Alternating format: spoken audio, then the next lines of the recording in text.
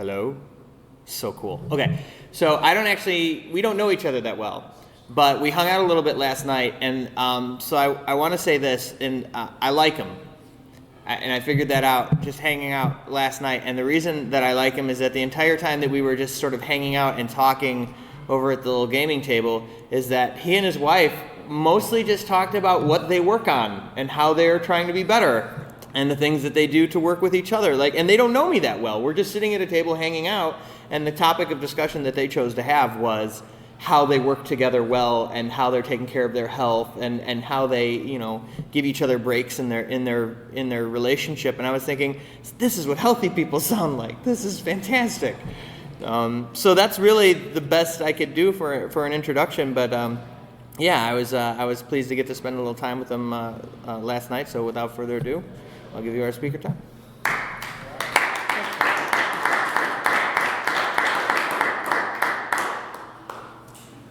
I'm Tom, and I'm an addict. Thanks, you guys, for coming out and getting a little bit of recovery this morning. The only note that I have is that we're going to be talking about maintaining the foundation. And, that's something that I have to do on a regular basis. Because, man, I signed up for this last night, and I'm thinking, all right, I'm going to figure everything out, and I'm going to, think about everything that I'm going to talk about, and I'm going to, and as we know, anybody that's ever done a workshop or a lead or anything, nothing happens that you thought of. So, I just want to thank God for allowing me to be here this weekend, and man, welcome to yet another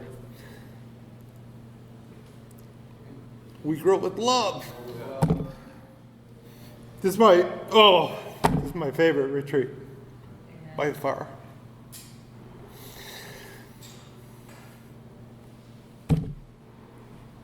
I feel a lot of peace and a lot of serenity as soon as I get in the car to come out here. The thoughts of the world just wash away, and it's good, And I was thinking, it's been a rough little time for me and my wife Dina back there, the lover. And I'm crying because I don't have this figured out yet. Because I remember a couple years ago, we went to church, and then we went out to dinner with her parents. And I remember being so critical because my father-in-law was talking, and he was saying things, that didn't have an interest to me, and I was blocking what he was saying because I was like, can't believe he's talking about this. Who cares?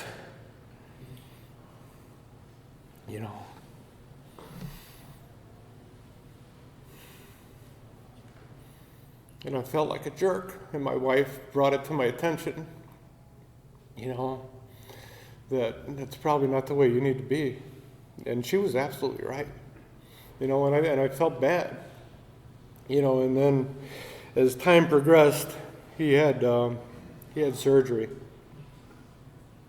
and as a result, he passed away shortly after that. And I remember we went up to the hospital, day after day after day, and there was just no improvement. And I am the kind of guy that I always have hope, and I always think the best, and that's one of my good qualities. That's one of my character assets, is I always think the best. I always have hope. He's going to come out of this. He's going to be fine. Everything's going to work out, and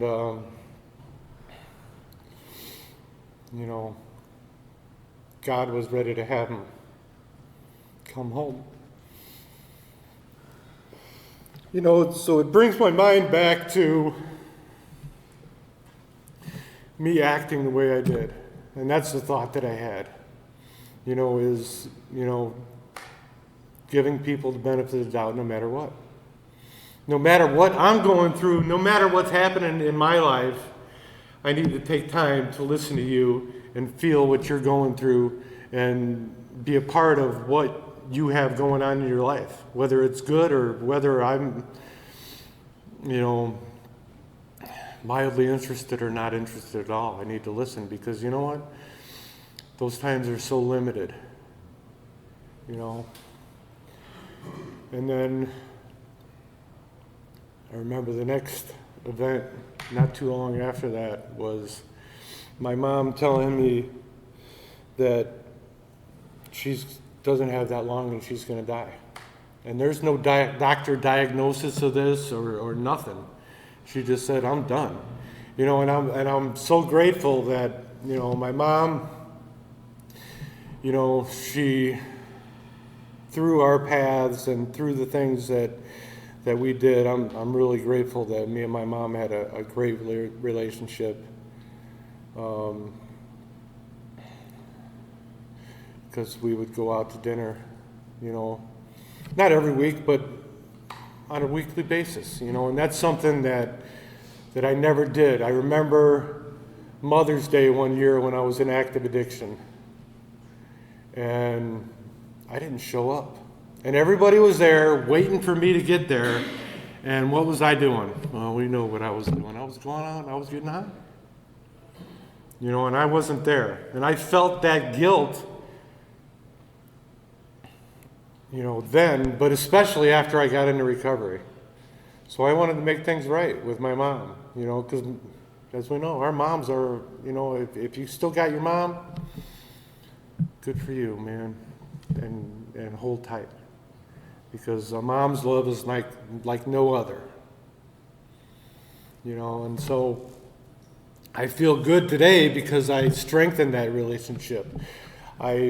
I had that bond with my mom, and we got together, and she started to coming to church with us about 2 years before she passed, and she felt comfortable enough and close enough to God to be able to say, I'm ready to go. I'm ready to go home. And that was a comfort to me to know that, she's with God. And that's my belief system. And I don't want to get up here and preach or nothing. But that's who I want to be today. I want to be closer to God. I want to be closer to everybody and everything in this life to prepare me for the next, and when my mom told me, again, I'm the optimist, oh, no, you're not going to die, and sure enough, within a couple months, hospice was in there, and the hardest thing was, we had to be there with her 24/7, and I got a sister and a brother that was there, and we had some help from some of the members of church, and we were there 24/7. If I wasn't at work, I was there. My sister was there. My brother was there. We were all there for her. And when I was there one day, I was in the kitchen and I was preparing a meal for us, and we were going to have some spaghetti or whatever it was, and she was sitting in her recliner chair, and she tried to get up, and she fell, and my mom was pretty big, and she fought, and we fought, and we tried to get her back up in the chair, and we couldn't do it. So I called the fire department, and 7 guys came out there, and they lifted her up, and that was just, that was gut-wrenching hard for me to see, to stand back there and watch that happen. And at that point I realized, wow, my mom's not going to be around very much longer. And it was, I don't know, 3 or 4 days after that she passed. And the longer I stay in recovery, the more I see, that I have so many gifts. I have so many good things about me, and then I lose things.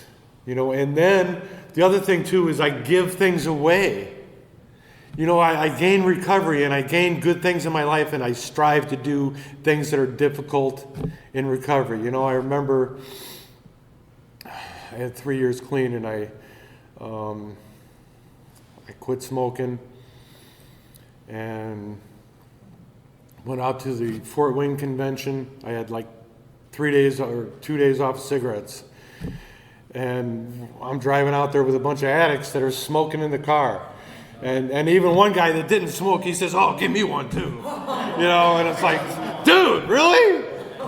And we all drove out there, and I didn't have a cigarette, and I haven't had one.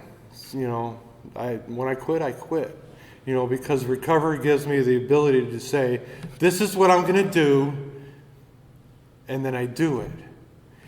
So I quit smoking, and I thought, you know what? This is a start to something good. So I started to exercise, and I started running on a treadmill. I started, eating healthier. I started doing all these things, and I got pretty fit. I got down to, a pretty decent weight. And I felt good about myself, and it's like, yes, I'm doing this, and I was persevering.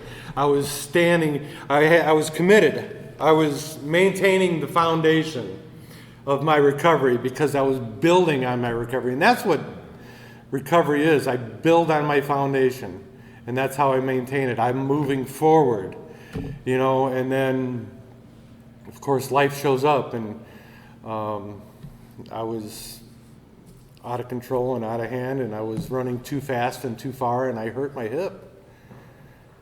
And I had to stop running. And that devastated me. And it broke me down. So I reverted back to my old behavior, that I didn't exercise anymore, and I stopped eating healthy, and I gained all that weight back. And I felt miserable again, because we can do that in recovery, just like, you can go back out there and use, and your misery will be refunded. I can go back and do all the things that I did, but what am I going to get? The things that I got. That doesn't change. If I go back to an old behavior, I'm still going to get the same results as I got before. If I go back to using, I'm going to get those same results that brought me into the rooms of Narcotics Anonymous. And that's a hard pill to swallow, because that means I have to work on my recovery all the time. I can't lean on what I did yesterday or last week or last year or whatever. Yeah, I was great 12 years ago. I was an awesome dude. Because I was doing it. And then I lost it. I didn't lose it. I gave it away. Because I could have set my mind to say, all right, I can't physically run on a treadmill right now. And what I should have done was chose to do something else. Something else positive. Something else healthy. Something else that the Narcotics Anonymous literature talks about. Because life is going to show up whether I'm ready for it or not. We've heard it all. How many times have we heard it? The storm is coming. The storm is coming. Are my windows sealed up? Is my foundation secure? Is it tight? Is it strong? Am I going to be able to handle whatever is going to come down the pike? And the answer is no. I can't handle it. I need you guys. I need God. I need this fellowship. Because I can't do this by myself. I can't.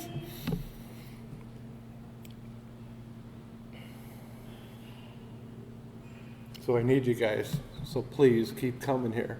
Because I need you. And then, so it's been July 1st, my mom passed away last year. So it's coming up on a year here in a little bit. And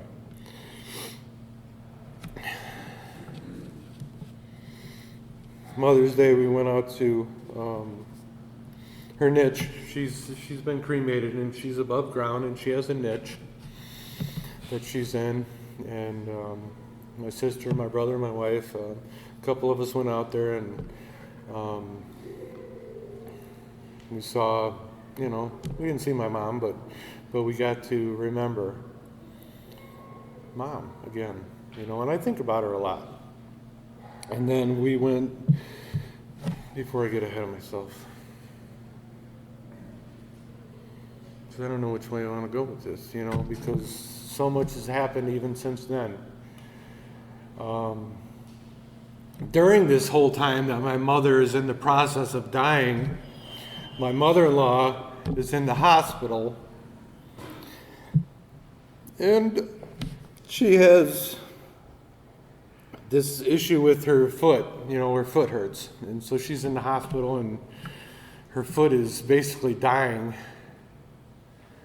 And and they can't figure out what's going on.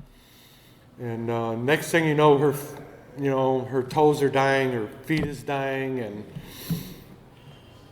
finally they figure out that she has this thing called cholesterol emboli something, which basically what happens is crystal cholesterol in your blood goes down into your foot, and it clogs it up, and it doesn't give no blood down there. So without blood, we're dead.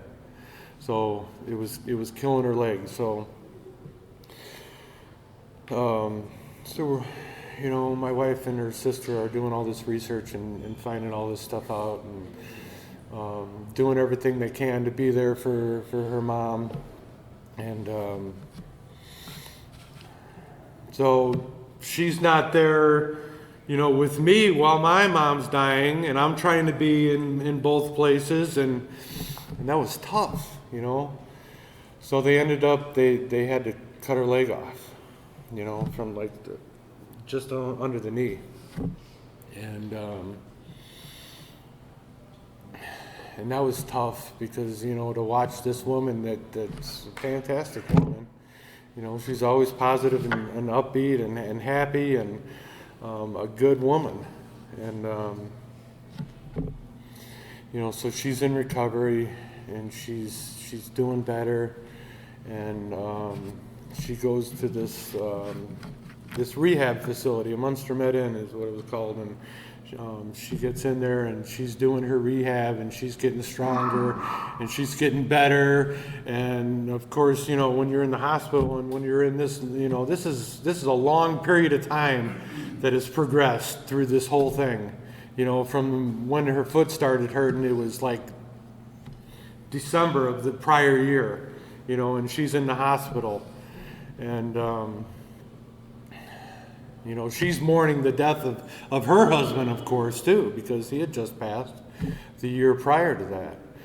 And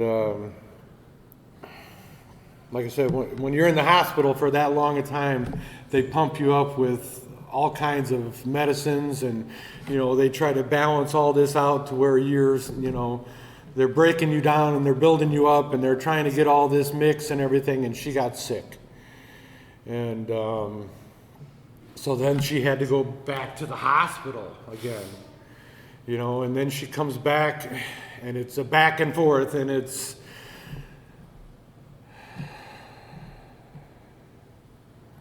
a painful long time.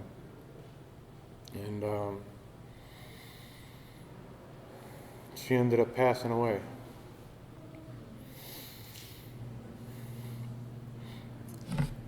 And so more of the death, and I definitely don't want to be all doom and gloom about this whole thing, but because I love my life, and I'm truly blessed. But I got to talk about these things because this is what builds me up, is going through those adversities. This is what keeps me strong, is to know that this is the way life is. And I want to be strong. And I can't be strong unless I go through some stuff.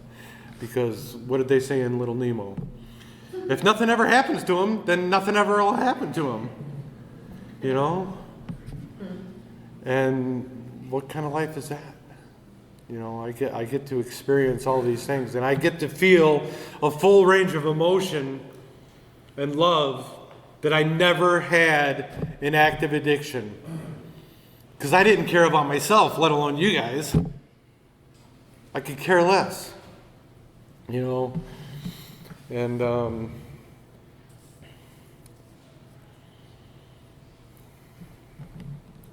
so here we are in our third funeral in just over a year of people that are super close to us, you know, and that was a tough time. And so, all right, we're going to put our pants on and we're going to tie our shoes and we're going to button up and do what we need to do and not ask. That was my thought. I'm not going to ask, why is this happening? Or how much more can I handle? Because I know those things are toxic. I asked, what do I need to do next? And God said, you need to prepare for more. Because then our good friend told us that, and she actually came up to the hospital when my mother-in-law was in there, and she was dying of cancer. And she chose not to do any radiation or nothing like that. She wanted to, you know, because it wasn't going to help. It was throughout her whole body, and she was dying. So she wanted to have her last time on earth, you know, feeling semi-okay. And she did that. And she passed away. And we're actually going to go see her daughter, which is my wife's cousin, tomorrow. Because we love to go out and see them.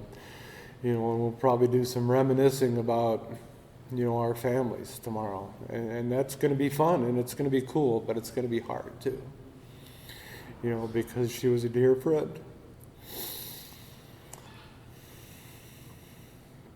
And so we buried yet another person. And then, okay, let's do this. Let's move on. You know, and you don't get over stuff like that. You just continue on with your life and you do what you're supposed to do. And what Narcotics Anonymous teaches me to do is keep going. You know, because that's the other thing I heard all the time was, you know what, if you're in hell, don't stop. Because then you're going to be stuck there. Keep going. You know what? That's somebody else. That ain't me. That's somebody else told me that. You know, I don't have too many original thoughts. I learned from you guys, and I need you guys to keep teaching me what I need to do. So, I don't remember where I was when I heard the news that our preacher fell down the stairs and bumped his head and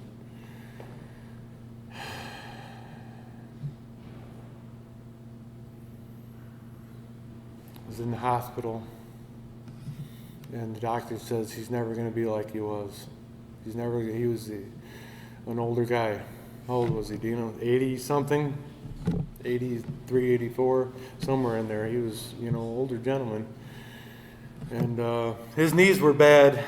They had been bad for a long time. He had taken those cortisone treatments in his legs, you know, every 6 months. And, you know, this is a guy that when I first came into recovery helped me and Dina immensely. You know, because we would go talk to him, and because we didn't know how to treat each other or act, or we didn't know anything about having a relationship. We didn't know jack about love or anything. You know, because we couldn't communicate with each other. I hated her because she was always telling me what to do and telling me, oh, you can't do that, and why did you do this, and questioning everything. You know, so we didn't get along very good. We stayed together, and we've been married for a long time. How long have we been married?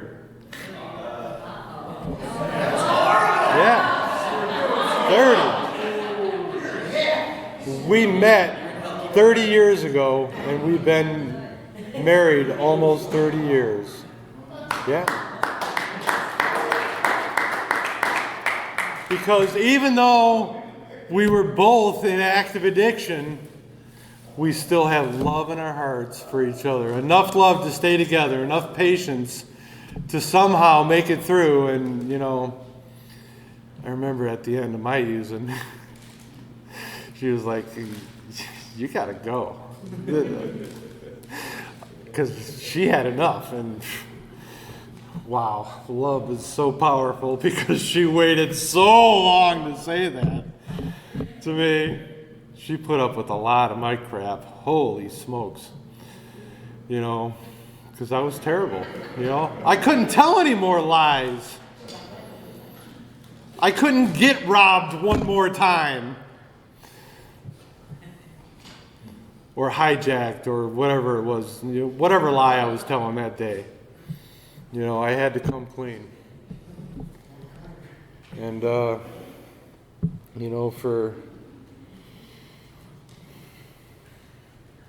for every thing that happens in our life, I think I get a little bit stronger. So we buried our preacher.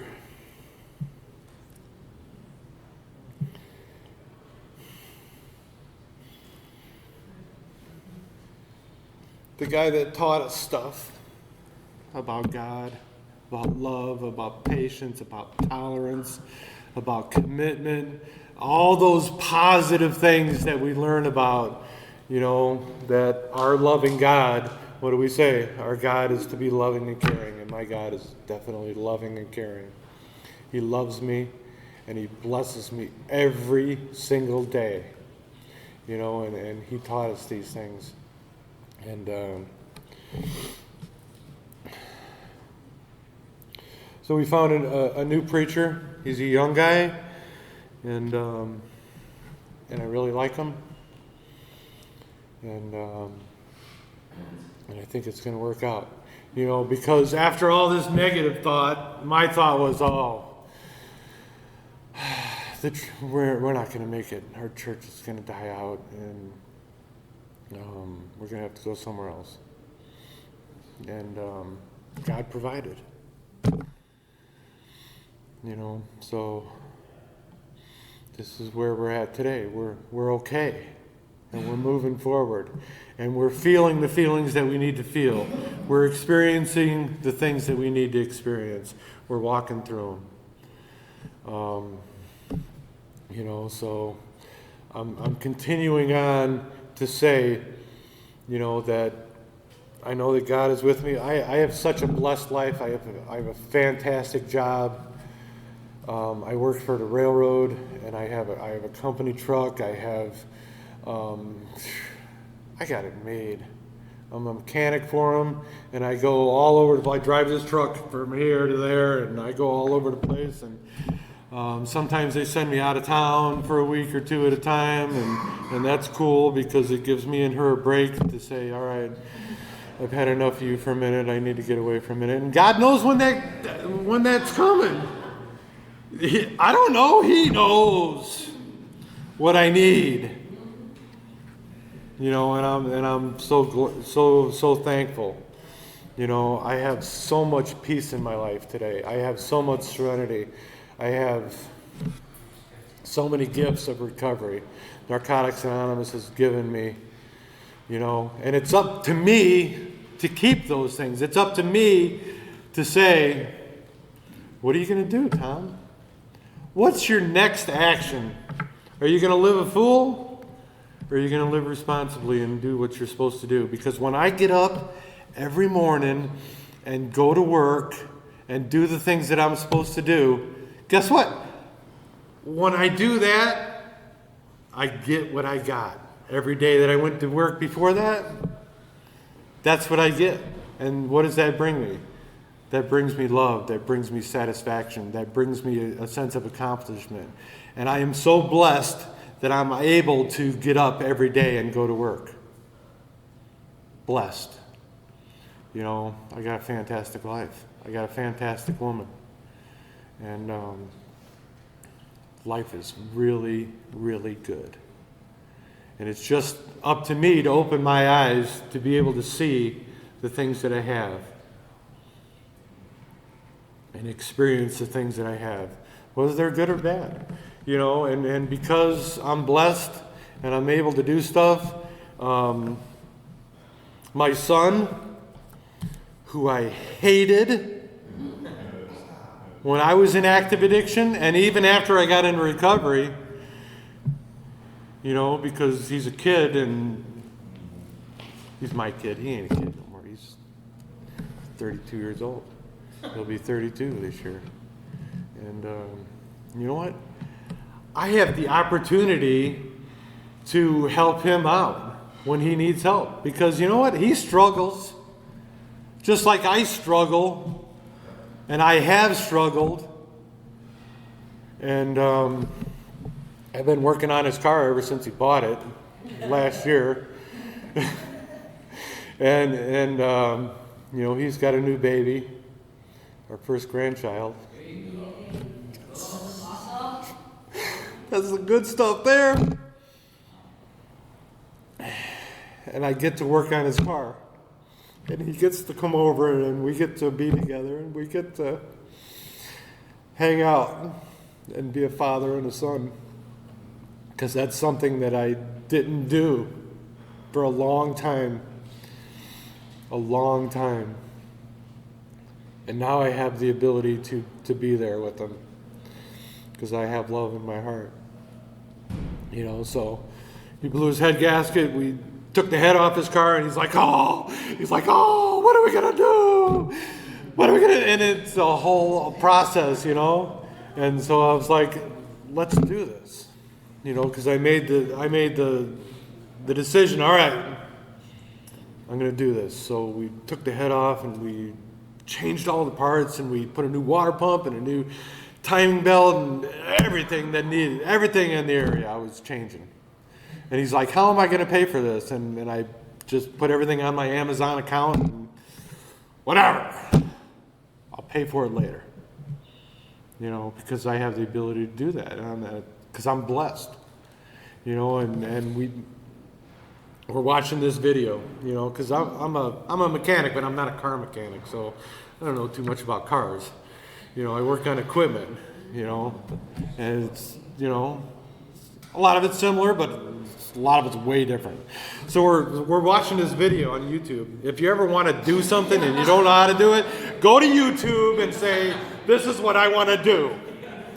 And so this guy, his name was Terry, but me and Ben are, we're having a good time. We're watching the video, and we couldn't think of what his name was, so we started calling him Bob.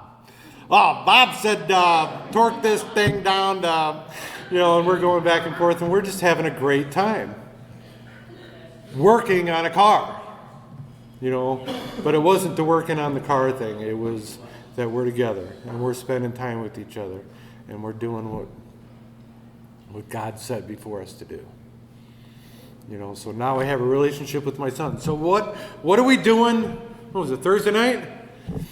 He is 1,000 feet up in the air in my tree, cutting it down, because he's a monkey man. He climbs up this extension ladder, and then the ladder is dwarfed compared to where he's at up in the tree. And I got this rope, and he's cutting with the chainsaw, and I'm pulling it, because he says, Dad, you just bought that new bike, you gave your motorcycle to Mom, and you got this other one, and I know you want to sell it, but I want that bike. And I says, so he comes up with this deal. I'm going to work for this bike, right? I'm going to cut down this tree, and I'm going to cut down this tree, and I'm going to put a roof on your house, and I'm going to paint your shed, and I'm going to, when I do all these things, can I have the bike? So I talked to Dina about it, and we're like, yeah, okay. Let's do this. All right, let's go. So number one tree, it's down on the ground. It's in my yard right now, all over the place, and halfway in the street. And of course, he's in recovery as well. And also, a master manipulator. Dad, can I have the bike now? Because I'm going to do all this stuff. And you know what? I've bought that kid, I don't know, 3 or 4 cars, 5 cars maybe. And I've never got, he makes a couple payments on them and that's about it. And then he wears out the car and makes the decision to go buy another one all by himself. So now his girl is saying, how much money are we going to put into this thing? Because, we did the head gasket and now his exhaust is plugged up because he overheated it and burned the catalytic converter out. So it's got 2 catalytic converters. So the first one right next to the manifold burnt out and went to the second one and plugged it all up. And he's driving home from work 10 miles per hour. For 30 miles or whatever it was. And she's like, we got to get rid of this car. And I'm like, Ben, don't get rid of the car. We can fix it. And then I told her, I says, you know what? I am going to be there for you guys, and we're going to do what it takes. I put a lot of money and effort into this car, and if you get rid of it, I'm going to be pretty upset. So please be patient with me, and I'm going to be there for you. I'm going to be there for you. I can say that today because I was never there before.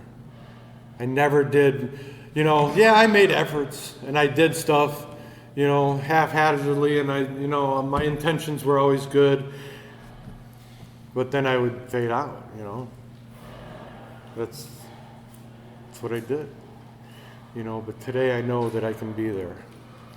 Today I know because of Narcotics Anonymous and because of, God in this program and you people that I have direction today. That I can too recover and maintain my foundation. So how do I maintain it? By doing what I'm supposed to do every day. Because if I don't do that, then I give it away. I don't lose it. You guys don't take it from me. God certainly doesn't take it from me because my God wants me to have good things in my life. My God wants me to be comfortable in this life. My God wants me to experience things that are good for me. Even though some of them are tough. Because burying people really sucks. Going to funerals really sucks. That's a hard time. But I know today that I'm okay. And even unto death, I'm okay. Because I'm in a good spot. And God's going to carry me home. No matter what. If I live the right kind of life, if I do the things that I'm supposed to do, I have to do the footwork. I have to maintain my recovery all the time. And then I get so many blessings, so many benefits, so many good things in my life. Thanks, everybody. That's all I got.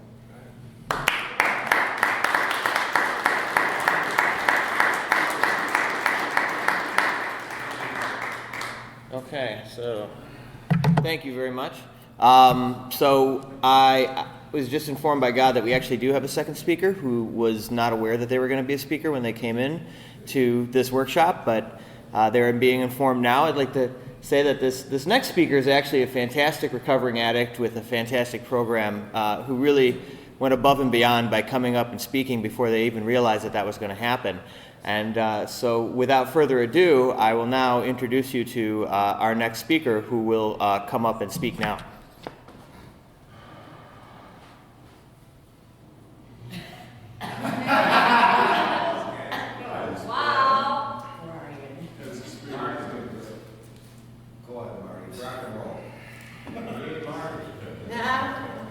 I'm an addict named Marty. Hey, Marty. That's who it was. Yeah. maintaining the foundation. I was thinking, sitting here thinking, I was sitting there, and it's hard not to think when you're an addict. But I was thinking about, I do home improvements for a living, and the job that I'm working on right now, next door, there's another house, and when you do like gutters and siding and roofing, you look at like other people's work or just look at people's houses, So I'm kind of looking over there and looking at their gutters. I'm like, man, there's a lot of shit in their gutters over there, And I'm thinking nobody looks like they've maintained that house in a long time, And so I was thinking about, well, kind of if you don't maintain your home, it starts to fall apart, And if you don't clean your gutters out, it gets all stinky and nasty, and then when it freezes in the wintertime, it backs up, and it causes shit to come in your house, and it's a lot like character defects, if you don't clean that stuff up or maintain it, your home can get destroyed, and it'll fall apart, and it'll cost you a lot of things, it may cost you money, but I mean, in the recovery sense, it really causes you a lot of emotional pain, and so the maintenance is so important, and it's the simple things, for anyone who's been clean for a while, it's the meeting attendance, is the main thing, you have to maintain your meeting attendance, and that's the first thing you'll hear from anyone who's been back out, who's relapsed, is they quit going to meetings, so that's the most important thing, and being in contact with people, man, it's so important, to me, and especially when you go through the trials and tribulations of life, when you lose people, me and my wife have been separated for 1.5 years, and that's an ongoing process, it's very painful, and especially because we have 2 young boys, and they're thrown in the mix, and it's hard on them too, so it's difficult, and lately I've been going through a lot of emotional things, and I still have a really good relationship with my wife. We're separated, but I really don't have much interest in getting back with her, but we're still very friendly with each other, and we communicate very well, and so I've been kind of going on the dating route, lately, and and this one lady that I kind of like, she knows, and she's kind of friends with, and so it's kind of complicated, It's like the one lady I like, she likes my wife and wants to be friends with her, and I'm thinking, and my wife tells me there's no way I want to be friends with her if she's dating you, so she's like, I don't think I could handle that, so I started getting all in self-pity the last few days about, here's someone I finally like and I want to be with. Now she wants to fucking be with my wife too, like the person that she hooked up with that caused our marriage to, separate. So I was sharing that with her, and she's like, Marty, why are you putting all your eggs in one basket? It's like, you're a great guy, and there's someone out there for you. And then, she told me a lot of good things. And I the one thing I'm leaving out is that I went off on her, I was frustrated, angry, and I started yelling at her. And, and I felt bad afterwards, but, I'm glad she had enough courage to tell me, to be honest with me, and she really made me take a look at myself, and the more and more I don't hook up with anybody else, the more I'm seeing that I need to be with me, No one else is going to make me feel better, and even my best friend Mark is like, he goes, "Isn't that suck? That you that you have to, you think that you're going to have to be happy when you have someone else, you know, and that you really shouldn't have to have that. I mean, it's something I want, you know, that I think part of it's unhealthy, but I think part of it is healthy, you know, because, you know, not many people, some people have a yearning to be with someone, and some people are a lot better, you know, being with other people, you know, and that's really what I want. You know, I want to share my life with somebody, you know, so it's all part of the growth process, and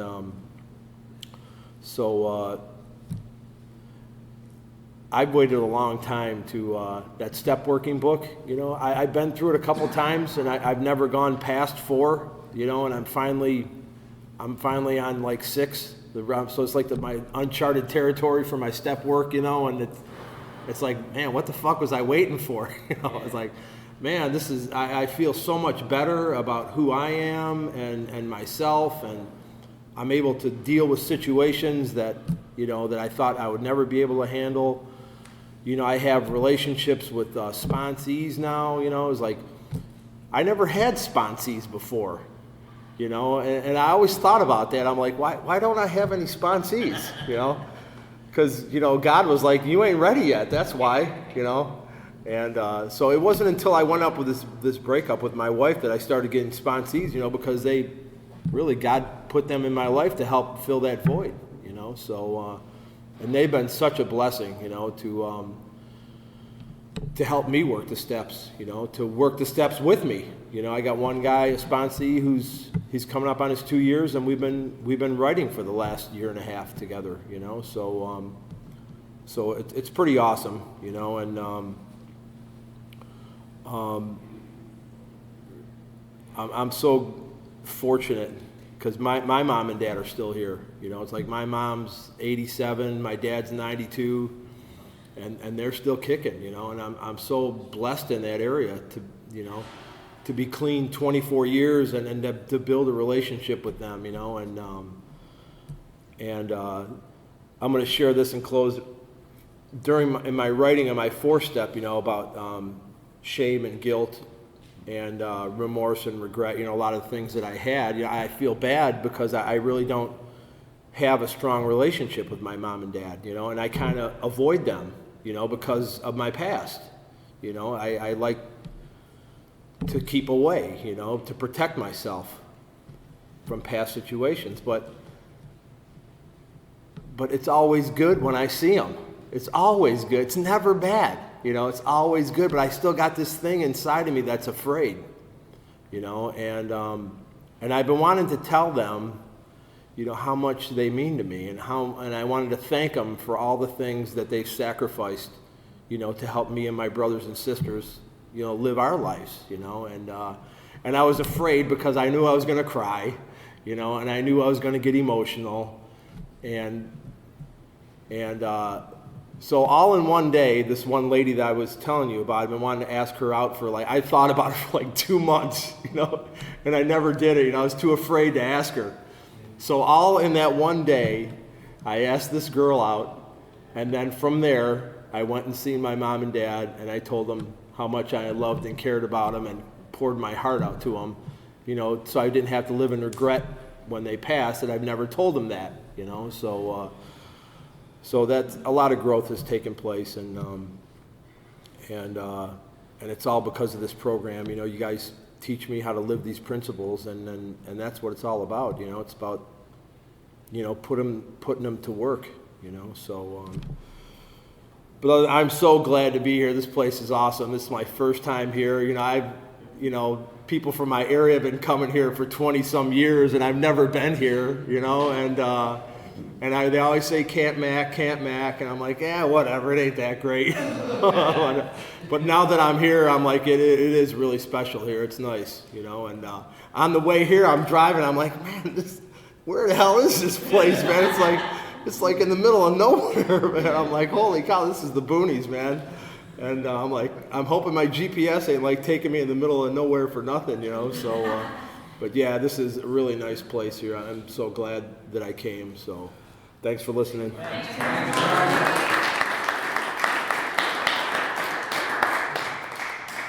15 minutes left and the podium's open, so anybody wants to get up. and say things. Hey family, I'm Denise and I'm Ned. I'm thankful to be at another year of We Grow with Love. This is my dumping ground. This is where I actually put the mortar in the foundation of my recovery. This is where I write, I pray, I burn letters, I talk to empty chairs. I do whatever garbage that I've collected that I haven't dealt with. This is where I deal with it. And I've always said that, and I stand by that. This is my dumping ground because it's safe. I don't call this an NA convention. This is my spiritual retreat because that's how I feel about this place. Yeah, I get some recovery. Yeah, I get a lot of love here. But actually, I do a lot of healing for myself, you know. And there's no shame in my game. Anybody that's been here knows that I get up here and I just tell what's going on and I stick to the truth because I have no memory. And if I tell a lie, I can't remember what the hell I told you 5 minutes ago. So I have to go like, okay, what did I just say? You know, I have this CRS. But the foundation of my recovery, and at 18 years clean, we all know I was homeless, penniless, had no car, lost my marriage, repoed, lost my job, had nothing. 18 years clean. Didn't use. And the fact of the matter is, it's because I had a foundation. It wasn't cracked. There was no chips in my mortar. It was God keeping me strong in NA. And I had to get on my knees more. And I had to write in my journal endlessly. And I had to learn how to deal with life on life's terms without using. You know, and when you bury your mom and your dad, today's my brother's birthday, I just buried him a year ago, and I don't have to use. There's nothing that will make me have to use. It's a choice. I wake up every morning, I make a choice not to use with God's help, because I'm not powerful, but He is. You know, and Narcotics Anonymous has taught me how to deal with people, places, and things, because people are people, and we are pretty powerless over them. So if my foundation isn't strong, I'm going to jerk a bitch over the counter, and I'm going to walk a yard. That's just the way I am. And for me, the only way my foundation stays strong is I go to meetings. You know, I got friends with double digits that are out using right now because they quit going to meetings and they thought they were cured and they had this and they're good, you know, and every time I see her, she looks worse and worse, and I pray for her. You know, but I love Lynn to death, and maybe one day she'll find her way back to these rooms. But for right now, she's out researching for me, and that helps keep me clean. You know, because every time I see her, I thank God, there go I. And another way I work on my foundation of my recovery is I journal. I still journal. And because that's some way to see how I got through situations without using. You know, or I can look up an old relationship and go, whoa, that was really messed up, you know. Don't do that again. But my picker's broken, and like you said, when I'm alone, I work on me, and that's where God has me right now, because I will allow unsafe people into my life, and then I'll regret the pain that I'm inflicting on myself because I allowed unsafe people in my life, and I trusted them, and I believed in them, and I thought they were solid, and they weren't. So I'm learning how to decipher who's good, who's bad, who's safe, who's unsafe. And am I a safe person for other people? You know, I gotta look in the mirror, you know, because maybe I'm not solid. I know I am, but, you know, there's areas I need work on. There's always areas I need work on. And another way I keep my foundation strong is I sponsor 3 women. And these women remind me of where I was and where I can go with just the wrong decision. And these people provide, you know, when you get 24 years clean, sometimes you forget how it really was out there 24 years ago. And when you're sponsoring someone with 1 day clean, 1 hour clean, it takes you right back to where you were when you got here, that fast. And another way I work on the foundation of my recovery is I keep in contact with addicts every day. I talk to somebody in recovery every day because they fill me full of suggestions, opportunities, work. It's amazing how Macomb County, and I can only speak for Macomb County because that's my home and my family, We network together, we support each other. I mean, there's a lot of backbiting, drama, and bullshit, but that's with any area. I mean, it just comes along with a bunch of addicts. That's what we do. And today I try not to gossip. I realize gossip is killing the liveliness of another person. So I'm working very hard on not gossiping because I don't want to kill the liveliness of anybody. And I don't want anybody out gossiping about me, you know. Another way that I work on it is I work very hard on integrity. It's very important to me. And I know integrity is doing what I said I would do long after the resolution to do it has left me. If I tell you I'll help you move Sunday, come Sunday, you damn well know I'm going to be there to help you move because I said I would. And that is the fiber of who I am today. I stand in front of you because I know who I am. I know where I'm going. You know, I own my own company. It's only through the grace of God and Narcotics Anonymous and having a foundation. Having a foundation to stand behind a dream and then fight and work for it and achieve it and then keep doing it day after day. You know, yeah, people die in our lives. It is very painful, but the one thing it teaches you is it makes you grow more stronger in your recovery. It makes your belief with God grow more stronger. It makes your people in your lives, you tend to love more because you realize how priceless and how fast they can go. I almost hit a truck head on yesterday on my motorcycle coming here, and my life flashed before me. I had crossed the line. I crossed the line, and I was doing about 45, 50, and for a brief second, my life flashed because it was that close. And I got back in my lane because, you know, it's not my time. Obviously, I'm here. But that's how fast life can be snatched from you, like that. And you know, it's funny because before I left for this convention, I printed my will and left it on my desk in case, you know, something happens. At least somebody knows what I want, you know. But it's just weird how your mind thinks before you get on your bike and go for a ride. Because life can be snatched from you that fast, you know. The foundation, if you don't build a foundation, you will eventually collapse, just like a house. You know, I did the 30 days in a treatment center, and I went and lived with 9 women in a 3/4 house. That helped build my foundation, my character, and my patience, you know, real quick. Yes, you live with 9 women, you learn all kinds of things. But that, and I hated it, you know. But that was a huge foundation, a strong foundation. So when I got released out into life with nobody, I didn't want to use. I liked who Denise was becoming. I had self-esteem, self-respect, things I never had because I built my foundation living in a 3/4 house with 9 women. You know, and I didn't see it when I was doing it. I hated it. I hated it. And they tried to throw me out numerous times for all my behaviors, but somehow God made sure I stayed. And without that, I don't think I'd be here today. Without living in that 3/4 house and building that foundation and getting to actually like women, because I really didn't like them, nor did I trust them. But through all of that process, it made my foundation strong. You know, and when me and Pat went through what we went through, I had to rely on my foundation that I had built with you people and the 12 steps and all the sponsoring and everything. I mean, yeah, I have one main sponsor, but I feel like a lot of people sponsor me because a lot of people contribute to who Denise is. And they contribute to my recovery because they give me suggestions and they say, hey, you want to use, get naked and sit in the tub, you can't use that way. Hey, that's a good idea. Let's try that. Yeah, and I did that for a long time. Got naked, sat in the tub I couldn't use. You know, it worked. Got me through another day. And that's what this is about. You know, somebody told me last night about a 1-second meeting.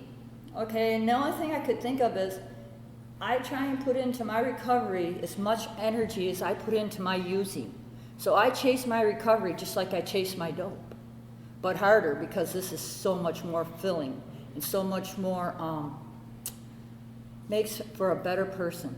And that's who I'm trying to be today. Just a better person, a good, strong recovering addict, and give back what was been so freely given to me, you know. Because my family wants to know, when do I graduate this program? When am I done? You know, why do you have to keep going to these classes? You know, 24 years, can't you get it, D? You know, they're just like over it with me. And I'm like, no, I never graduate. No, I'm not done. And you know what? If I do stop going, I'll be the one hanging from the chandeliers again. Okay? Is that what you want? I didn't think so. They're like, no, please, go to those classes. Have a good weekend. You know, please don't. So just know that if you're new and you're trying to do this way of life, your foundation is the most important thing, and it'll carry you through anything that life throws your way. But if your foundation has a crack or your mortar's weak, you're not going to make it. You're not. And you can check other addicts out there. They're going to tell you. They're going to tell you why they relapsed or what clicked. You know, I had a sponsee die last Wednesday, and you know, they revived her, they narcoed her, she's fine. But I asked her, I said, what made you go? Oh, my boyfriend upset me. Really? Really? Your boyfriend upset you? So, you know, relationships are the hardest thing for us addicts to do. And having a foundation with ourself and our God helps any relationship that we have in Narcotics Anonymous, whether it's with a sponsor, a mother, a father, a friend, a lover, two lovers, whatever you got going on. That foundation of yourself and your relationships will be better if you have a foundation in recovery. Thank you.